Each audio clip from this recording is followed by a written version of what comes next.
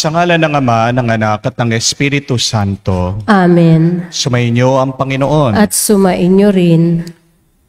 Mga kapatid, minsan merong mga tao na kinihihiya nila ang kanilang kalagayan dahil hindi daw sila nag-aral, dahil hindi sila matalino, dahil wala silang alam.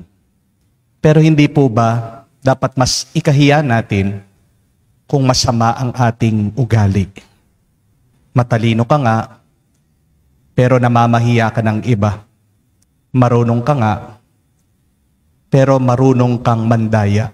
Huwag mong ikahihiya na maliit ang iyong bahay, kung ito naman ay puno ng pagmamahal. Huwag mong ikahiya ang iyong sweldo, maliit man ito, kulang man ito, kung ito naman ay nanggagaling sa malinis at mabuting paraan.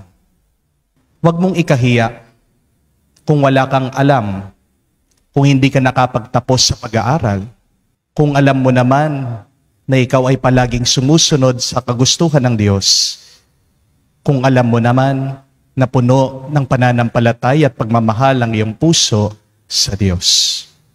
Ano ang tunay na karunungan? Sinong tunay na matalino at marunong?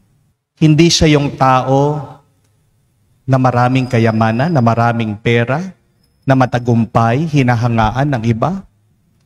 Pero ang tunay na marunong ay yung taong palaging nananalig sa Diyos at nagmamahal sa Panginoon. Sa mga napakaraming beses na kung saan nakalimutan natin ang karunungan na ito, sa mga pagkakataon na kung saan inuna natin na tayo ay kumita, na tayo ay makipag-unahan sa iba. Hilingin natin muli ang awa at pagpapatawad ng Diyos para tayo ay makita muli na karapat-dapat makatanggap sa mga banal na misteryo. Inaamin ko